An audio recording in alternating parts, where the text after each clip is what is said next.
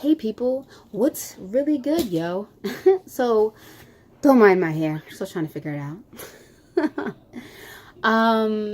So I'm still trying to figure out if I want to continue 10 years of lesbian, 10 years of queer, this series. Because I keep going back and forth between that and wanting to do MS videos, and I have not been doing MS videos, so we shall see. Which leads me to do the video that I'm doing today, which combines the two to an extent. And also, I had a friend on Facebook who did, I think it was a Facebook Live, and I watched it, and she was talking about epilepsy and, you know, her journey. And I'm like, oh, this is interesting. I think it's definitely important for us to share these journeys so that people that are dealing with the same things can hear other people's stories, right? It helped me when I came out to hear people's stories. It helped me when I got diagnosed to hear people's stories. So try to keep this short and sweet. I'm not doing a good job because it's already a minute in. So let's say in 2011, it was New Year's Eve, 2010, 2011. I had the first time that I just fell out at a party. I was dancing. It was a stimulus party. I was dancing, probably like the second or third stimulus party. I was dancing for the New Year's Eve stimulus party. I was dancing and my legs just gave out. My whole body went weak. I tried to get myself up. I couldn't do it without assistance. You know, people helped me. Friends helped me. My ex tried to help me, but I was just like, girl, why?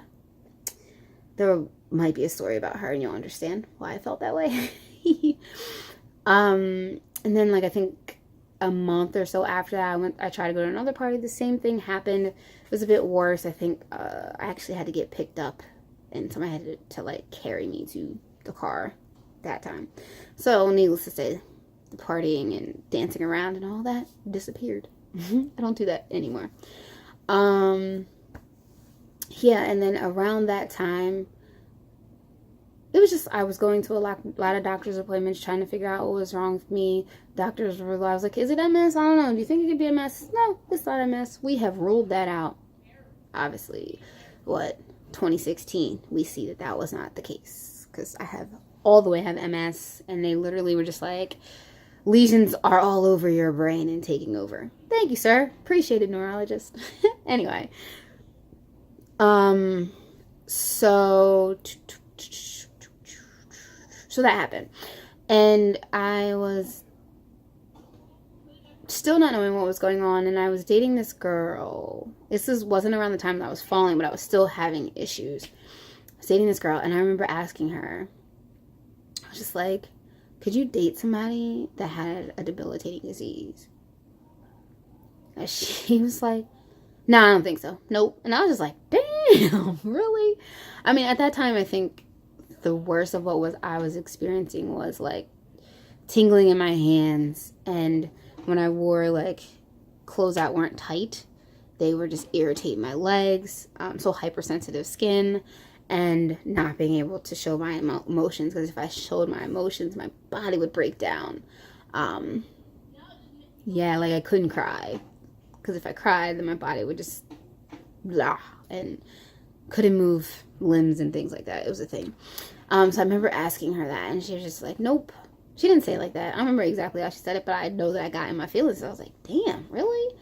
I remember just thinking like, wow, if I have a debilitating disease, like, I'm never going to be able to be with anyone. Like, what the hell? But I will say that when I got diagnosed in 2016, I feel like my fiance went through her own struggle along with my struggle, because things changed drastically. There were things I couldn't do. We were moving. I couldn't help move. I literally was walking around with a cane. I had to go buy a cane. Like, it was a thing. We lasted for about a year and a half after that, maybe a bit more. It had nothing to do, our breakup had nothing to do with my diagnosis. We just weren't meant to be. But I will say, you know, that fear of like, oh my gosh, are people gonna like want to be with me? Am I gonna be alone for the rest of my life? It's not a thing. It's not a thing for me, I'll say. I have gone on a couple dates since I've been broken up, unengaged, whatever. And I I'll say that, you know, it's kind of hard to like bring up like, hey, just want to let you know I have MS. People don't know what it is. So it's kind of like, you're not going to understand it until you see it. I've met some friends. They're really dope. People who experience my MS, because you can't tell that I have it until something is not right. Because MS is not something that you can see all the time. I mean, I can feel it. You can't see it. If that makes any sense. You know, so my experience meeting new people, people seeing what happens, people not running in the other direction, going on dates and actually on the date spilling beverages and things of that nature on said person you're on a date with more than once. And they stick around. It's like, oh, this is a thing. Like, people actually care. So if you find the right person, it's not a problem, I will say. And I guess those are the type of people that you want in your life anyway, right? Caring people, understanding people, people who are going to be concerned, people who are not going to run in the other direction. So I've met some of those people, because it's a thing too to be my friend, because if we're out and about and something happens, you need to understand that all of this happens. This is me.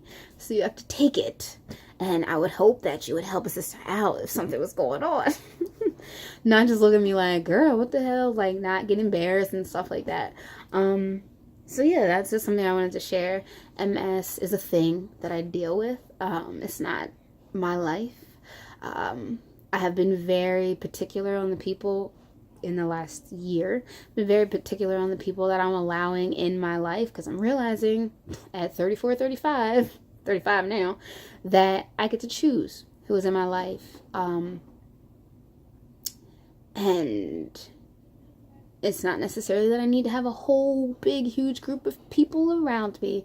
I have lots of people that would say that I'm their friend. Yeah, they're my friends. Maybe they're more like my associates, you know. But it's very, very hard for me to just be like, you're like my friend. Because I feel like a friend is like a ride or die. A friend is going to be somebody that's going to be there for me, right? And I see the people who will be. And then I also see the people who just might not be there for me. So, associates, right? So all of that. I hope this made sense. Hope it didn't ramble too much. So for anybody who has MS, doesn't matter if you're queer, straight, bi-curious, all those things, binary, non-binary, trans, cisgendered, all of those things. If you get diagnosed with an autoimmune disease or anything, there's still hope. It doesn't mean that you're going to be alone for the rest of your life. There's people out there who care. There are lots of people out there that care. And it's not very hard to wean them out. So, all of that. Happy Tuesday. Yes, it's Tuesday. Happy Tuesday. Hope you enjoyed the video. Hope you enjoyed the video. We'll see what happens next Tuesday. I'm going to try to do a video next Tuesday. I need to do more MS videos. Sorry, y'all. I'm going to do more MS videos, because I still haven't done a MS video after going bouldering. And I've been bouldering twice. I'm still alive and kicking. Look at my guns. Not really. Peace out.